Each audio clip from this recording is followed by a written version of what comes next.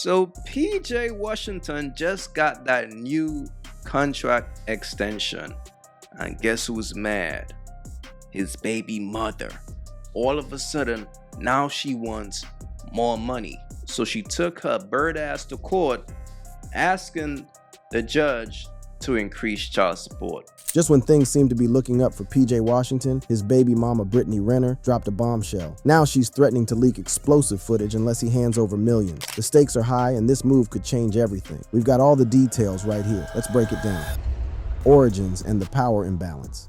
Before the viral videos, the custody battles, and the social media storms that now define their saga, the story of Brittany Renner and PJ Washington begins with two very different people on very different life trajectories, colliding at a moment when one was already seasoned in the glare of public attention, and the other was just stepping into it. To understand why their relationship became so combustible, and why threats, legal filings, and accusations of manipulation still swirl years later, we need to go back to their beginnings, to see who they were before they became a headline together. Brittany Renner was born on February 26, 1992, in the small Gulf Coast town of Ocean Springs, Mississippi. The details of her childhood are scattered, but what emerges is the story of a girl raised largely by her mother Jody and a stepfather, alongside siblings Lexi and Steven. Her biological father remains absent in the public record, a void that looms behind the woman who would later be defined as much by her pursuit of validation as by her independence. From an early age, athletics shaped her. At Ocean Springs High School, she became a standout soccer player, quick, disciplined, and ambitious. That talent earned her a scholarship to Jackson State University, a historically black college where she made her mark as a midfielder. By 2010, she was helping the JSU Tigers win the Southwestern Athletic Conference Championship, a victory that still circulates in her backstory as proof of her grit and leadership on the field. But while sports offered structure, Renner's charisma and presence hinted at a broader destiny, even as teammates described her as driven but private. She was beginning to find her voice in a different arena.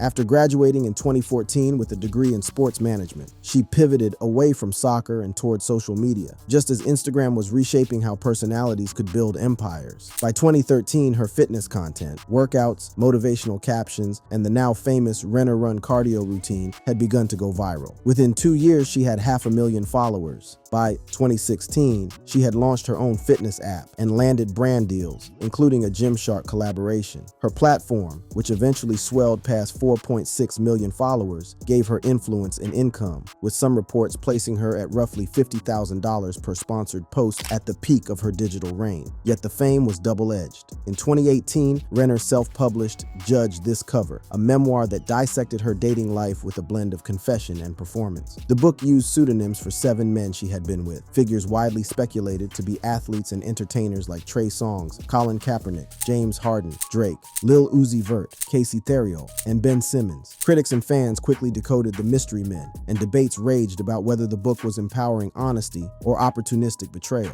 Renner framed it as the former, writing, "I fell for men who saw me as a trophy, not a partner, and I'm owning my mistakes to help other women." But the backlash was fierce. Online, she was labeled a gold digger and a clout chaser. The reputation stuck, and by the time she began dating PJ Washington, it became the lens through which many saw her, a woman skilled at targeting young athletes, cementing herself in the cultural imagination as both villain and cautionary tale. Her career, meanwhile, expanded into television. From 2021 to 2025, she appeared on Basketball Wives, leaning into a villain role and clashing with castmates. But her firing in June 2025 left her without stable income, a detail she later cited in legal filings against Washington, claiming she had just $81 in her account. The arc of her life, from athletic discipline to digital fame, from public confessions to financial precarity, created the complex, contradictory figure who would cross paths with a young NBA prospect and alter both their trajectories. On the other side stood Paul Jermaine Washington Jr., born April 23, 1998, in Louisville, Kentucky. Unlike Renner, his path was almost singularly focused from the start: basketball. Raised in a sports-driven household with a father who coached AAU and a mother who supported his ambitions, PJ grew up alongside siblings who also pursued athletics. His high school years saw him rise as one of the country's most promising prospects, earning McDonald's All-American honors in 2017. At the University of Kentucky, playing under coach John Calipari, he averaged double-digit points and established himself as a reliable presence on the court. Calipari praised him in a 2019 ESPN feature for his humble grind, a phrase that encapsulated Washington's reputation: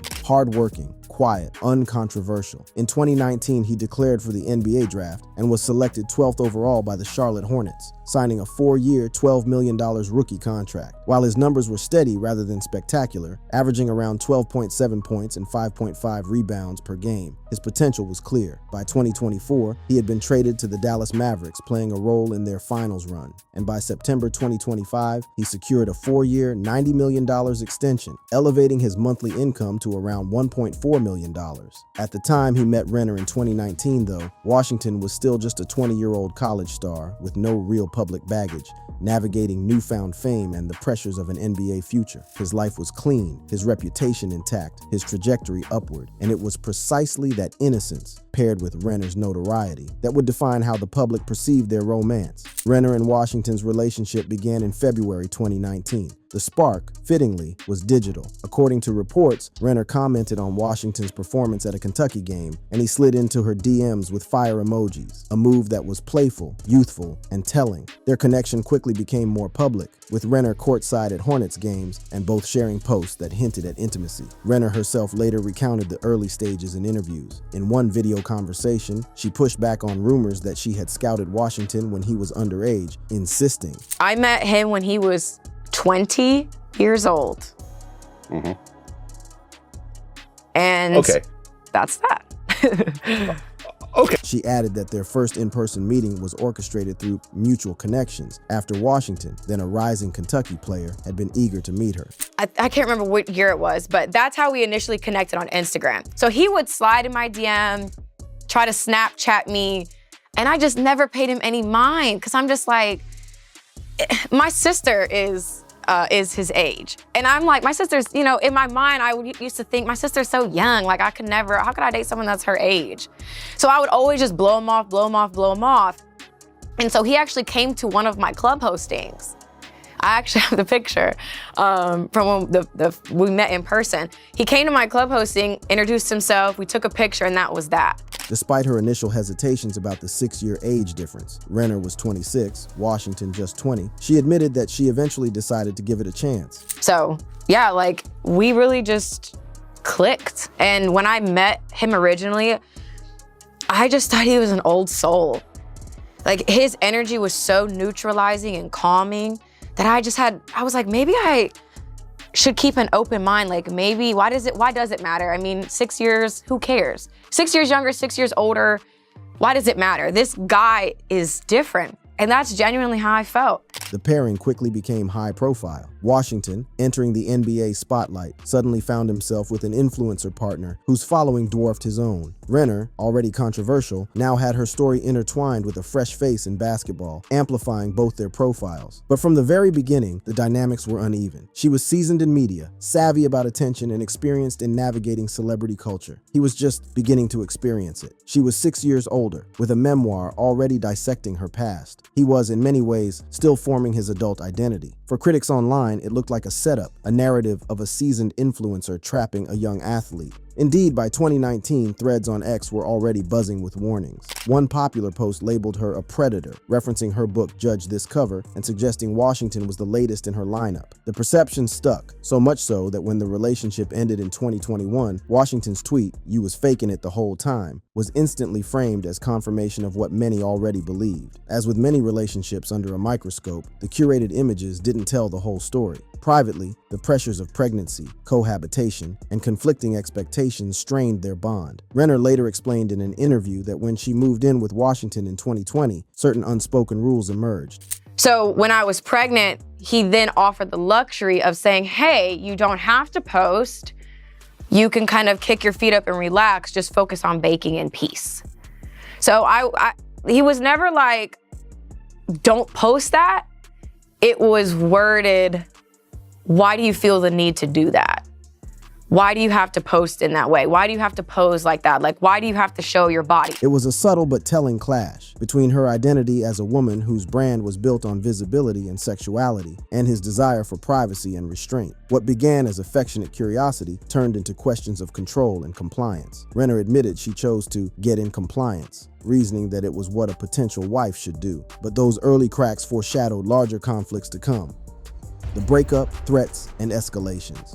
The romance that began in 2019 with flirtatious DMs and public adoration had, by 2021, unraveled into one of the most scrutinized celebrity breakups in recent memory. What started as a story of attraction between an NBA rookie and a social media star transformed into a bitter public feud, fueled by accusations, tweets, and eventually threats that cast a long shadow over both Brittany Renner and PJ Washington's reputations. By early 2020, Renner and Washington had taken their relationship to the next level. She moved from California to Charlotte to live with him, leaving behind her condo in Woodland Hills in hopes of building a future together. Their commitment was underscored by the fact that by August of that year, she became pregnant with their son, Paul Jermaine Washington III. But pregnancy also magnified existing tensions. Renner later explained in an interview that when she was under Washington's roof, his quiet expectations about how she presented herself on social media felt restrictive. He would never outright demand that she stop posting certain kinds of photos, but his questions, "Why do you have to post in that way?" suggested that her personal brand and his vision of their relationship were on a collision course.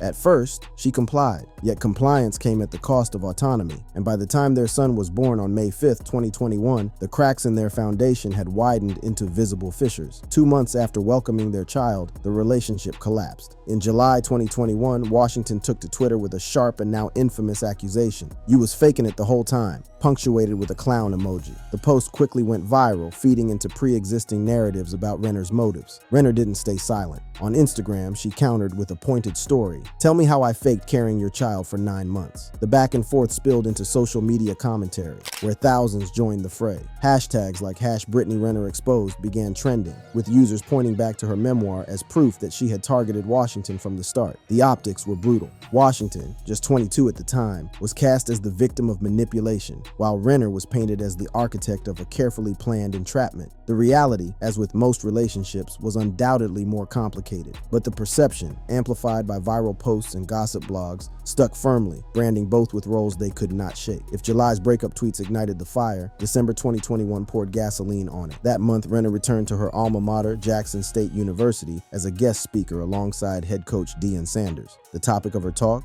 Warning young athletes about predatory women. It was an ironic moment, Renner herself long accused of being just that, now cautioning others. Washington was quick to respond, mocking her appearance at JSU and labeling her a fake clown. The exchange might have ended there, but Renner escalated dramatically. In a since-deleted tweet, she wrote, "I have 127 screenshots and 30 videos. What you want to do?" The implication was clear. She claimed to have incriminating evidence of Washington's behavior, screenshots of conversations and videos of alleged infidelity during her pregnancy, and was ready to use them if pushed. Though the material was never released, the threat itself became a cultural flashpoint. Critics on social media quickly labeled it extortion, with one widely shared post declaring, "She's holding a nuke over his head." The timing was devastating for Renner's reputation. Having just delivered a speech warning athletes of manipulation, she appeared to embody the very stereotype she was trying to distance herself from. Even without concrete evidence surfacing, the idea of blackmail, of using private moments as leverage, haunted her public image. In the aftermath of the breakup, legal disputes quickly took shape. By late 2022, a court in North Carolina had established joint custody of their son, with Washington paying $2,500 per month in child support. This figure later rose to $5,500 per month after a 2024 consent order, alongside a lump sum of $130,000 for back support and Renner's legal fees. Renner, however, consistently argued that the payments were inadequate to meet the needs of their child, especially as she relocated to Los Angeles for her work on Basketball Wives. She claimed Washington missed roughly 40% of his scheduled visitations, while he countered that she imposed unreasonable demands on scheduling. The courtroom disputes bled into the public sphere. Renner occasionally vented on Instagram Live, lamenting about deadbeat dads without naming Washington directly, while Washington appeared to retreat into silence. Perhaps a strategic decision after the fallout from his earlier tweets. Even as legal frameworks attempted to contain the conflict, both parties' choices online ensured the drama stayed alive. Renner's willingness to use social media as both a diary and a weapon contrasted sharply with Washington's reserved demeanor. A striking example of this dynamic emerges in an interview where Renner discusses how quickly things shifted in their relationship once she moved into his home.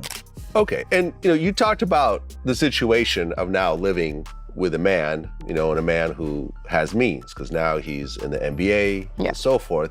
And you said, well, you got to sit at home and not work and you got a car and you're living in this $1 million house. The underlying tension between her independence and his expectations set the stage for the fiery disputes that followed. And those disputes weren't limited to private grievances. Social media amplified every misstep. When Renner declared she had evidence that could damage Washington, the story was not confined to their circle. It became fuel for gossip outlets, think pieces, and endless memes. By 2022, Washington began a new chapter, dating Dallas-based model and entrepreneur Elisa Chanel. Their relationship quickly grew serious. By October 2023, the two married, and within 2 years, they had 2 sons together. Chanel also brought a son from a previous relationship, creating a blended family that Washington embraced publicly. To many observers, Washington's new life stood in stark contrast to his earlier entanglement with Renner. His Instagram filled with posts celebrating family milestones and fatherhood, shaping a narrative of stability and maturity. Fans praised him for escaping what they saw as a toxic situation, often describing his new relationship as a glow-up. Renner's trajectory, meanwhile, took more erratic turns. In 2024, she publicly converted to Islam and briefly married rapper Kevin Gates in a spiritual ceremony. The marriage lasted only 52 days. Afterward, she resumed her provocative online persona, fueling accusations that her religious turn was just another publicity stunt. By 2025, Renner's financial situation had worsened. Fired from Basketball Wives amid declining ratings, she admitted in court documents to having just $81 in her account. Once an influencer commanding $50,000 per post, she now struggled to secure steady income. Throughout this period, Renner's threats, spoken, tweeted, or implied, became a recurring theme. Whether it was the 2021 allusion to leaked screenshots and videos or her 2025 custody video, her approach repeatedly involved leveraging content as evidence or as a weapon. This strategy reached into her legal filings as well. In September 2025, she demanded an increase in child support to $35,000 per month, citing Washington's new $90 million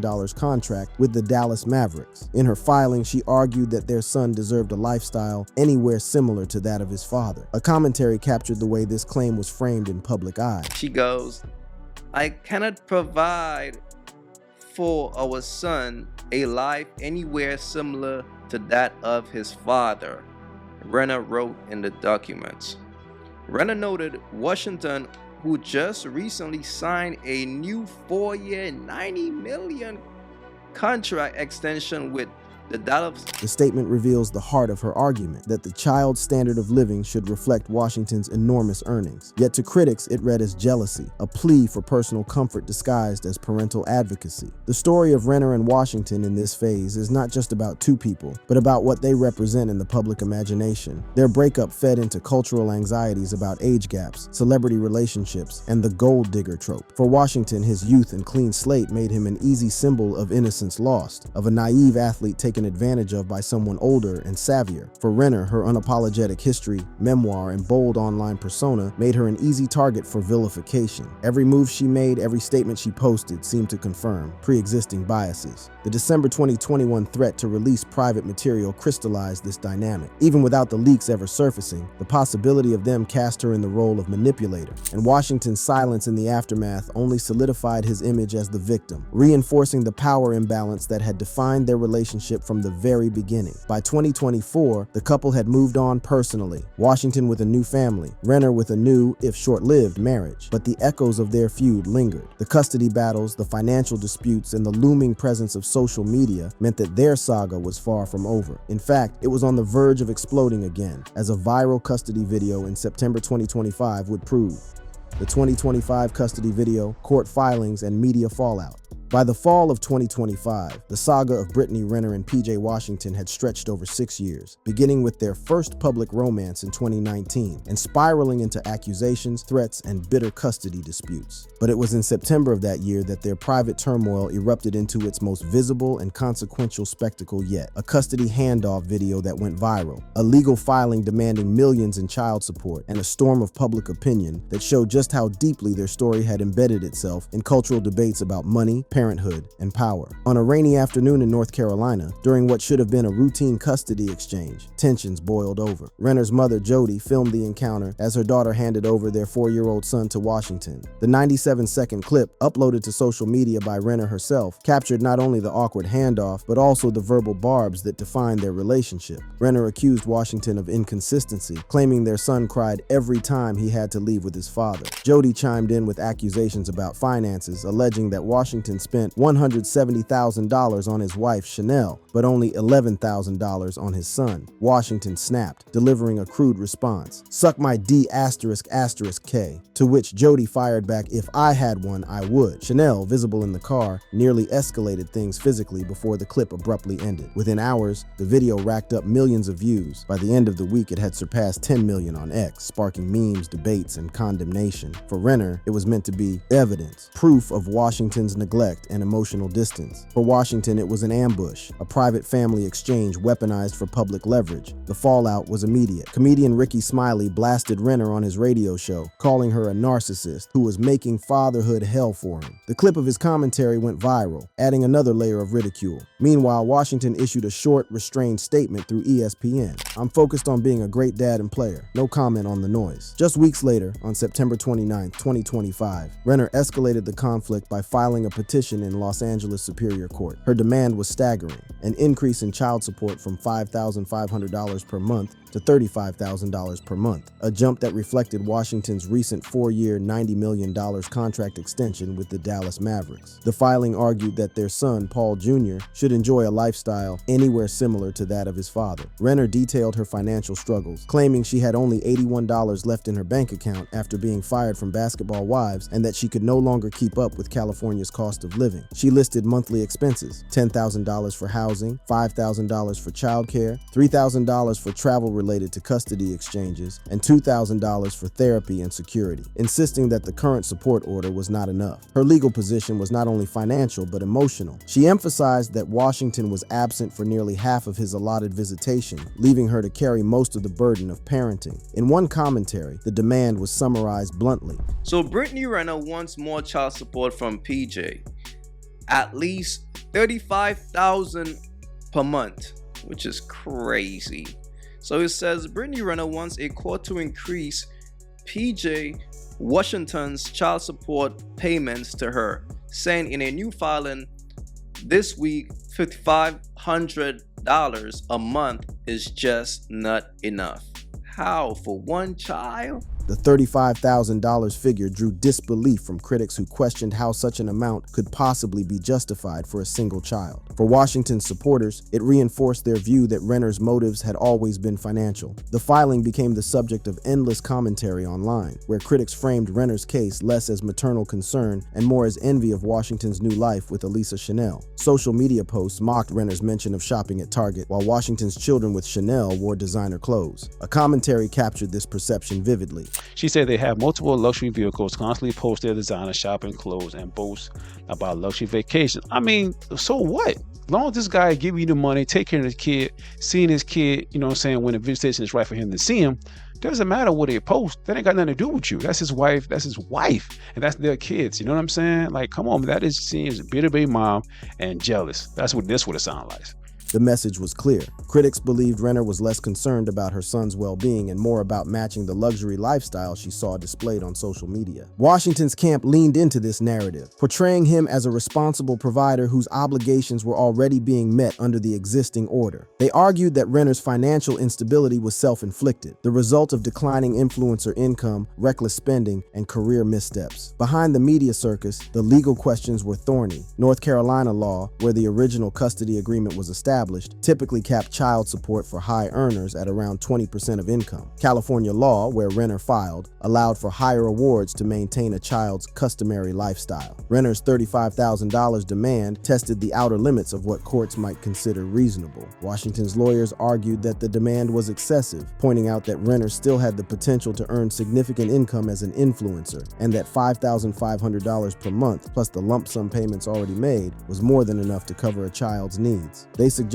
that Renner's filing was less about the child and more about leveraging Washington's wealth to rescue her from financial instability. Meanwhile, Renner risked violating the gag order from the 2024 consent order, which prohibited public disparagement. By releasing the September 1st video, she had arguably undermined her legal credibility, a move that Washington's attorneys were expected to seize upon in upcoming hearings. Coverage of the 2025 custody drama varied. Gossip outlets like The Shade Room and TMZ amplified the most salacious angles, reposting the custody video and highlighting Jody Renner's $170,000 $500,000 claim. Hollywood Unlocked even ran polls asking audiences whether Renner was wrong to record the exchange, with 70% voting yes. Mainstream outlets took a more analytical approach. Essence contextualized the saga within broader conversations about co-parenting in the public eye, noting how children often bear the brunt of high-profile conflicts. Vibe reported directly on the court filings, quoting Renner's claim that PJ Jr. deserves parity with his father's lifestyle, and Forbes analyzed Washington's $90 million